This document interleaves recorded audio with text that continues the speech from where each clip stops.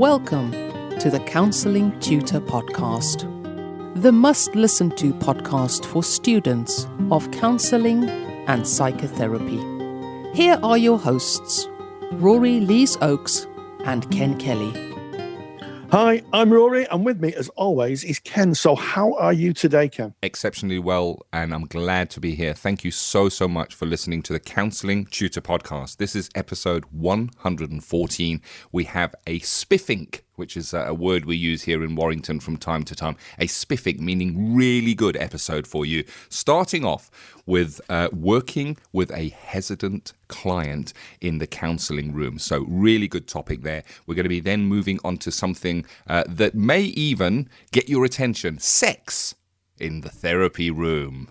And it's probably not what you think it is it, Rory? No, we're talking figuratively, not literally.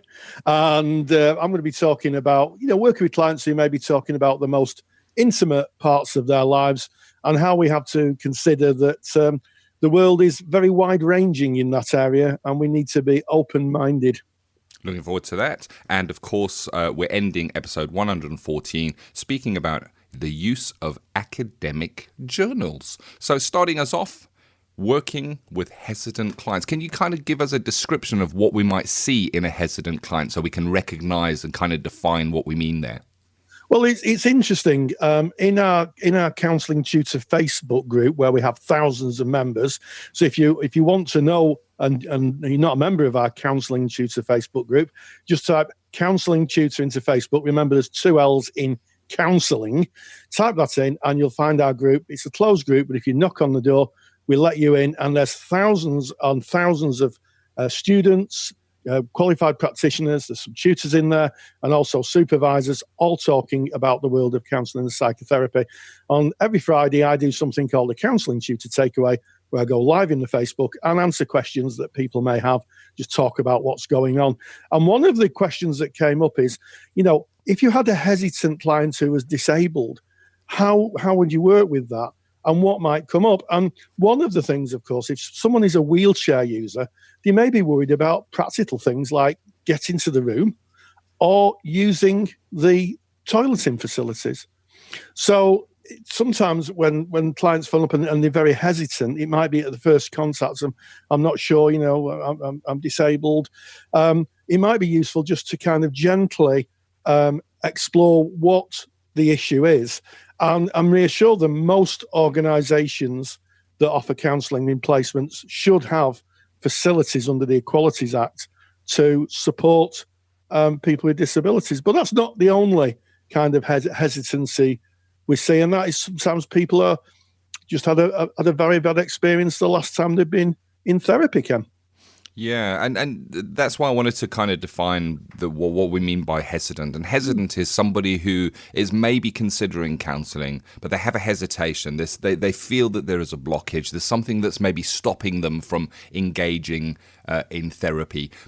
And from my experience of being in private practice for some years, many clients can be hesitant, and they will think very clearly before becoming into counselling. They can be hesitant before even reaching out. There's a whole process that will go on before a client would even get in contact with the agency or with you as a private practitioner, the thought process that they may go through. I've heard countless clients share with me that they've been right there just about to phone that number and then thought, oh no, I can't go through with this, and they hesitated at that moment. And it's an incredibly big step. We need to remember that when our client is reaching out to us in the first place. If they're getting in contact, even to just find out what we do and explore what counselling is, they've gone through a whole process before that. And I think it's that we should be mindful of that in the way that we that first communication with our client looks. So if you're answering a phone, you're going about your general day, you're doing your stuff, and the phone rings and you just pick it up and a person is there. And it's about being mindful that they have already traveled a whole road before making that call, and there could be a lot of hesitation on their side. And I guess we're there to reassure them of what it is we do, to be clear, to outline it, to take away the fear, because of course the biggest fear and the biggest cause of hesitation is that fear of the unknown, as you used in that example, Rory. Will they have the right facilities? Will they be able to look after the needs that I have? It's that fear. I don't know something, therefore I hesitate. Yes, and there's other more subtle things that sometimes come up. It may be some clients will ask you about what you have in the therapy room. I've known some practitioners who've been asked by clients, "Do you have mirrors?" And might say, "Well, we do. Is that a difficulty?" And they might say, "Yes." They may have a difficulty seeing themselves in the mirror. And I know therapists who will take their mirrors down and put them out of the way so the client doesn't have to see themselves. And also, just general artifacts that can be in a therapy room, things like candles that we might have if we're working from home, can be the cause of a lot of stress to clients who've been abused. It can trigger people. So, if you get a client who asks for specific things, make sure you accommodate them. It might sound, taking the mirrors down or removing certain things from the therapy room may sound an odd request initially, but in the context of trauma, it makes so much sense. 100%. And it's, again, meeting those clients where they're at and being mindful, maybe being in their frame of reference pre-session starting. And of course, as counselors, we work in a client's frame of reference to kind of understand it as they experiencing it. But do we look at it that the journey from their frame of reference prior to after the contracting? So somebody coming along, they may be hesitant. They may even have got that courage, keyed into that, made that call and be there at that first session. And that for them is dipping the toe in the water potentially. They're hesitating. Is this going to be a fit for me? Will this be right for me? And everything from the way your room is laid out to the way that they are greeted when they arrive, to the words that are shared during the contracting process are really, really important and to be considered from the point of view that somebody has made a massive decision. So often, not always, but so often, counselling for a person is kind of that last resort. It's when they go, you know what, I can't do this. I've tried really hard. I've tried other roads. I can't do this anymore. Very often they can say, I am a failure, I can't do it. I now have to reach out, and perceiving that from their point of view as kind of a weakness. I have to reach out to another human being for this. And counselling and psychotherapy is often portrayed that way in films and movies. What? You can't handle your emotions and you have to go to a counsellor or a therapist, whereas of course as therapists, as counsellors, psychotherapists, we know that it is in fact a strength when somebody reaches out. And I think that it's being able to paint that back to the person who sits in front of you, the person you speak to on the phone, the person you greet at the door. Let them feel that strongly. And I think you're 100% right, Rory. It's in everything. It's in the way we dress. It is in the way that our room looks. And if you look around your room, you were talking about candles, Rory. This, again, is a frame of reference. We may think as a counsellor, you know what, a candle is a lovely soft light. It gives the room a bit of an atmosphere. But candles can also be interpreted by some as a romantic gesture. Candlelight dinners. You've now got candles burning, scented candles. Could be an irritant to somebody who maybe struggles with their sinuses. We need to be so careful that everything that we have around us, every move we make, even tissues where they are placed within the counselling room. I have tissues in my counselling room, and I've been asked on more than one occasion by a client, "Oh, I see the tissues here. Are you expecting me to cry?" And it's about really considering that from the client's perspective. Yes, absolutely. And hesitancy can also, you're absolutely right, Ken, and hesitancy can also be about exposure. So clients may come for one session, test the water out, and then they may go away. And 3 months later, they may phone you up and have another session and another session. And, for therapists, sometimes that can be sometimes frustrating. Why aren't they attending regularly? Well, all behaviour is goal-directed, as Carl Rogers said. And it may very well be that part of that is that they're hesitant. They could only do so much in one session and have to go away and process it and come back. And I've seen that in my own practice, and that's fine. That's fine. We work with the client. We meet the client where they are. 100%. And yes, I share that with you, Rory. I think it is commonplace. And it is. It's client directed. Specifically working person centered, it is entirely client directed at the client's pace. Of course, in contracted and boundaried agreements that are made in the beginning. But it is an interesting topic, and we've spoken very much about that first hesitation, the hesitation of going into therapy, that hesitation that might be there in that first session of how they feel, will I come back? But of course, this extends right into long-term therapy as well, where a client may have a presentation, a topic, something that they're bringing that they're hesitant to bring as well, and they can freely bring much of their material, much of their lives, but there may be elements that they are more hesitant to bring. And what we need here is to exercise patience. And what I mean by this, I'll give an example. You may work with a client in the very first session, and they, in that kind of just after contracting, when they're kind of giving the very broad outline of their story, they may kind of put something in that is significant to you as the counsellor. And I'm going to use in this example here, they may mention that they had been sexually abused in their overall presentation. But then that client may go on for session upon session upon session, for weeks, even for months, and sometimes even for years, to never touch on that they mentioned in the first session. They're hesitant to go there. They're fearful to go there. The trust needs to build. And of course, we as counsellors, we need to be patient, not to go stampeding there, trying to lead them there, thinking here's where the work needs to be done. We need to follow our clients and be patient. And Rory, there was one of Carl Rogers' students who speaks about a flower and patience, and I'm going to leave that to you because you know the quotes so much better than I do.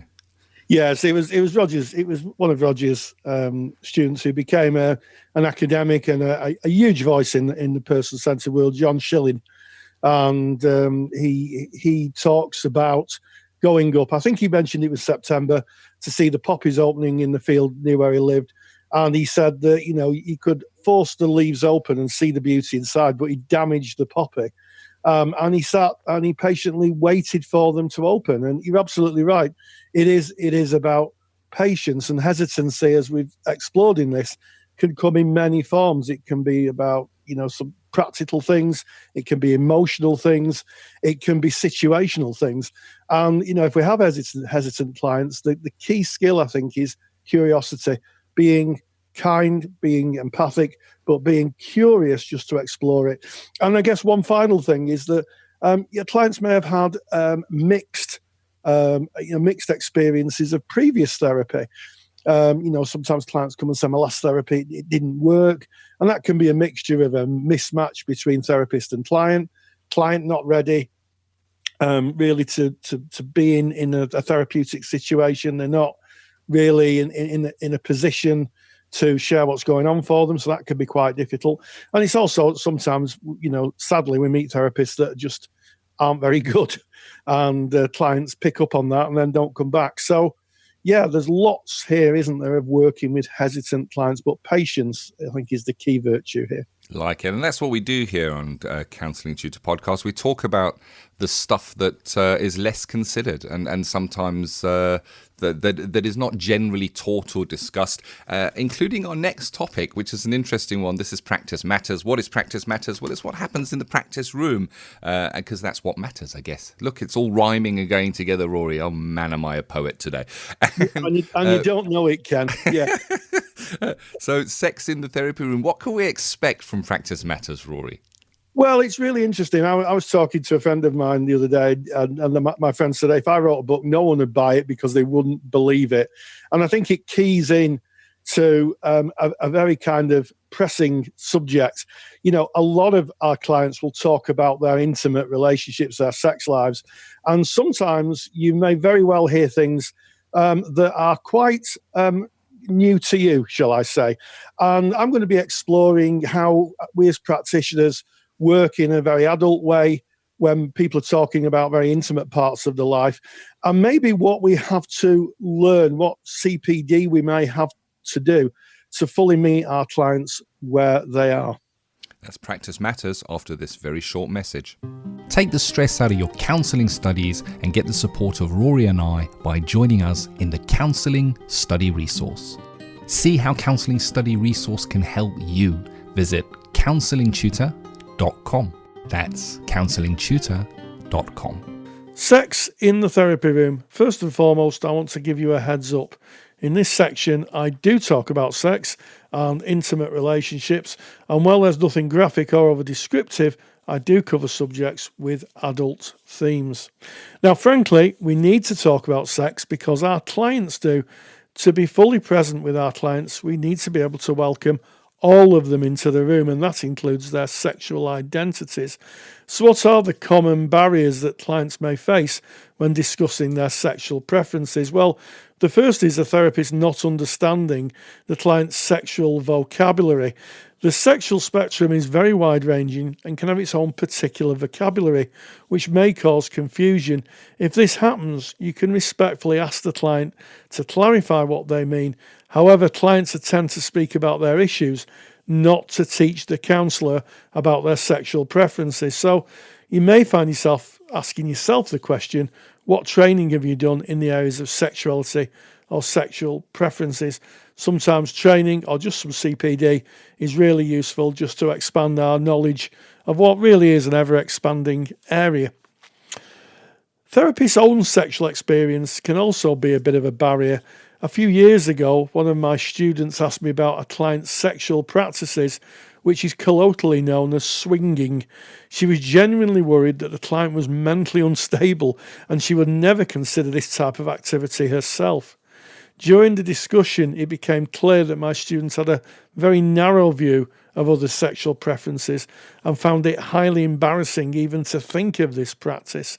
Now, the danger here lies in the therapist not knowing enough about the wide variety of experiences that people engage in and indeed becoming embarrassed. So ask yourself this question: how would you engage with a client whose sexual preferences may cause you to feel embarrassed? What may you have to do around that? And I would suggest personal reflection, supervision, and maybe just an exploration in your own personal therapy. One of the things that can come up a lot for clients is therapist prejudices. Through the years, I've come across therapists who have difficulty with certain elements of sexuality. Unbelievably, I've known therapists who've got difficulty with homosexuality and sexual practices such as sex work. This may lead to the client feeling that not all of their personality and who they are is welcome in the therapy room, as they're being judged. And I think you need to ask yourself this question: what types of legal sexual practices would give you the most difficulty? And if there are some, the answer may be worth exploring in supervision, personal therapy, and personal reflection. And I think it's worth mentioning this point. Just because we're accepting of other people's sexualities and their preferences doesn't mean we have to practice them ourselves. It's just making sure that we don't provide ourselves as a barrier, get in the client's way when they're talking about very intimate parts of their life. One of the other issues that can come up is therapist's voyeuristic curiosity. One of the reasons the book 50 Shades of Grey sold over 150 million copies was in part that it invited the reader to be a voyeur in the sexual relationship between the characters Christian Grey and Anastasia Steele. The book also brought to public awareness the sexual subculture of S&M, sometimes referred to as par exchange. And what I want to really acknowledge here is that some in the S&M community thought the book wasn't really representative of the scene in general, and certainly in the mantra that's used in S&M communities, which is things have to be safe, sane, and consensual. So again, ask yourself this client: if your client happens to be a real-life Christian Grey or Anastasia Steele, would you be a little curious to find out more? A therapist who becomes over-curious in a client's sexual practices may be in danger of living vicariously through the client's experiences, sometimes referred to as erotic countertransference. There's also something about working within our limits. While there's no expectation that counsellors will have an encyclopedic knowledge of sexual practices, it's useful to remember that the client can only go as far as the counsellor can go themselves. And in this case, if there's any barriers that are put in the way of the client may just stop talking about what's going on for them. So if for some reason you find yourself working to the limits of your competence or experience, it really is a principled position to make an ethical referral. Some clients whose presenting issues are primarily of a sexual nature may benefit from a counsellor who's specially trained in this area.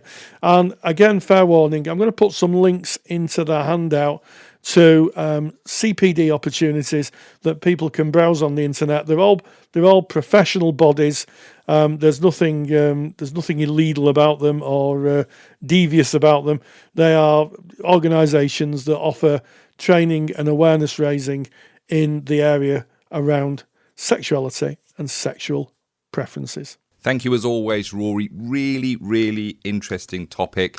And again, it's indication that the client can only go as far as we, the therapists, are able to go. And of course, Rory has created a super duper handout, and this one you're going to want to have it, Sex in the Therapy Room, and it's available free. All you need to do is go to our website, that is counsellingtutor.com. We're based in the UK, so the word counselling has 2 L's in it, counsellingtutor.com.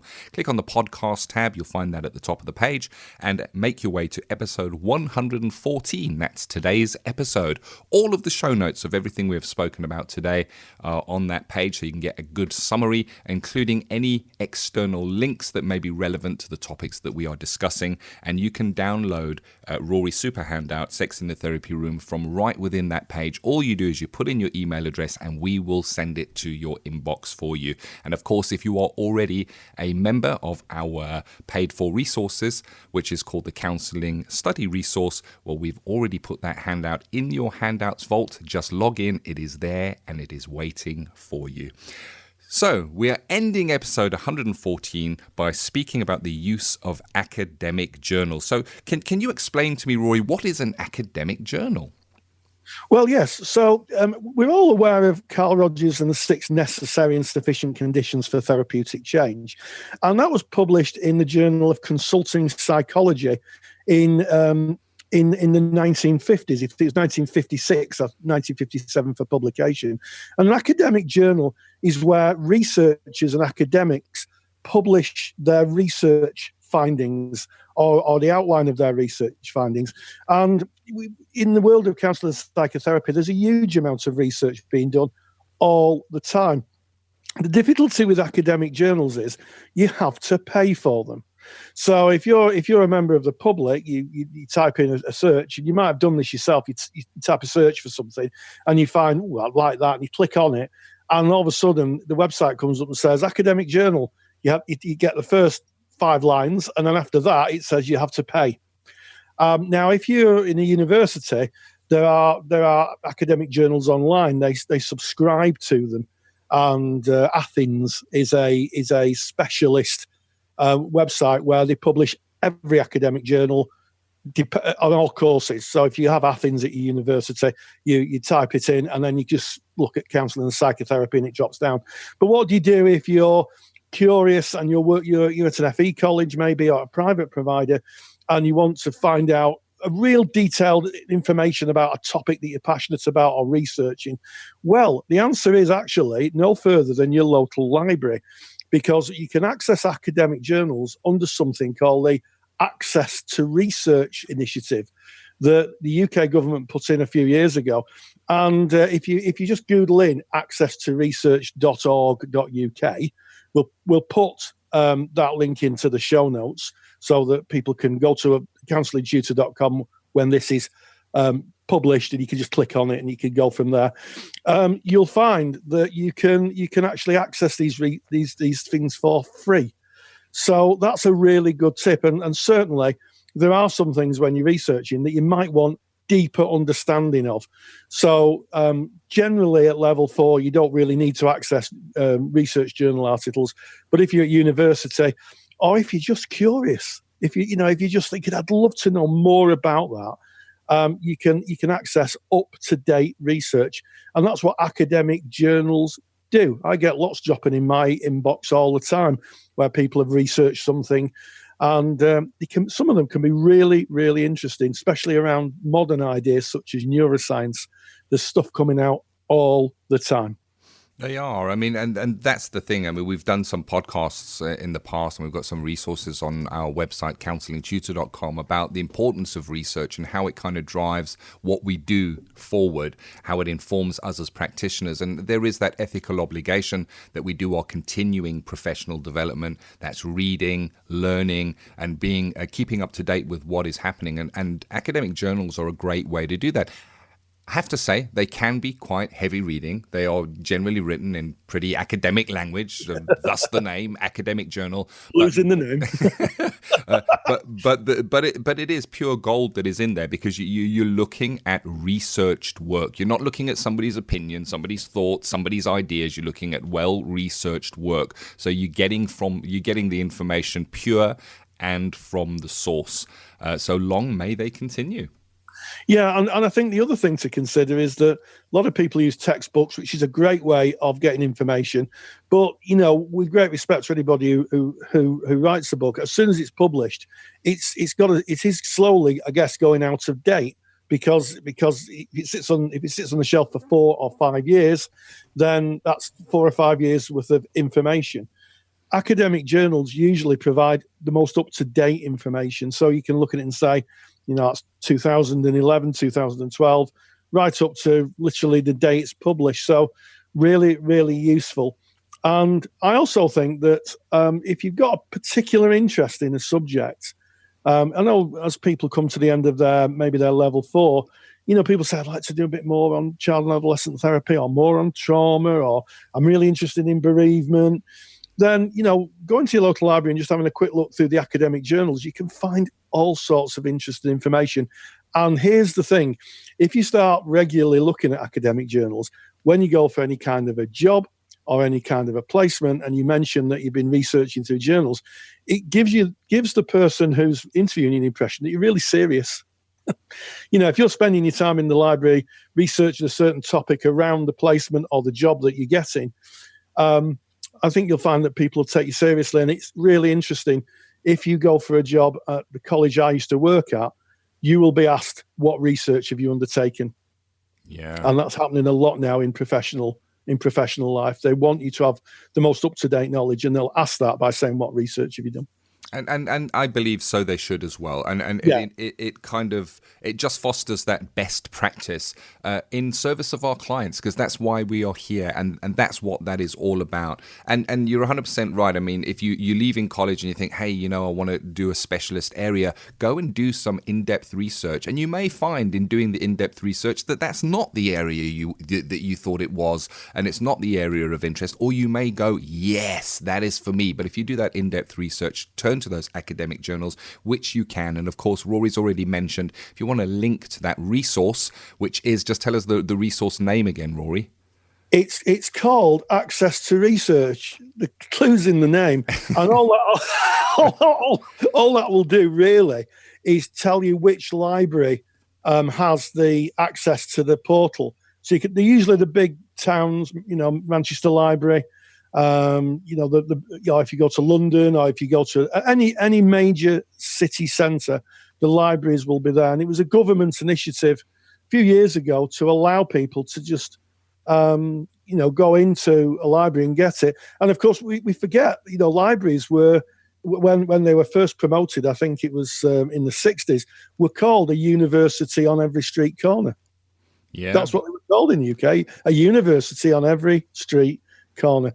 So there you have it. And of course, if you are one of our international listeners, I know we have so many outside of the United Kingdom, contact your local library and ask them. If they're not able to help you, contact your local university. They will be able to at least signpost you on that. And Rory, and kind of as you were talking about academic journals, you touched on textbooks and the importance of textbooks. And I think it would be amiss for me not to just point out that textbooks, they do indeed date as they go on, some more than others, specifically things related to ethics, the law. They will date pretty quickly as the law changes. Other things like theory, that will kind of be, the theory will remain the theory going forward. But that's why textbooks have edition 1, edition 2, edition 3. But if you want a fresh textbook, a book that you know has just come out where the information is as relevant as it can be, then you want to go and look out Counselling Theory in Practice. So that's Counselling Theory in Practice, a student guide by Rory Lees-Oakes. And I've got it in my hand.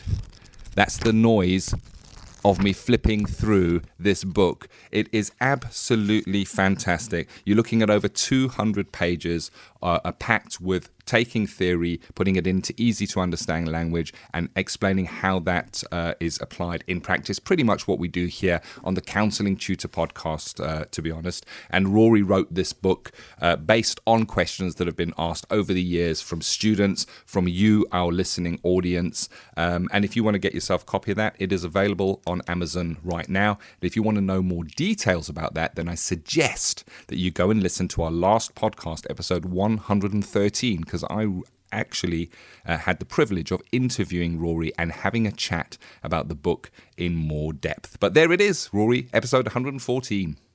Yeah, and what a great episode. We started off by working with hesitant clients, thinking about how to be curious, supportive, empathic with clients who may have some hesitancy. I talked about sex in the therapy room, who were misses, and then we moved on to the use of academic journals. And hey, as always, stay grounded and stay safe. Take care. Take the stress out of your counselling studies and get the support of Rory and I by joining us in the Counselling Study Resource.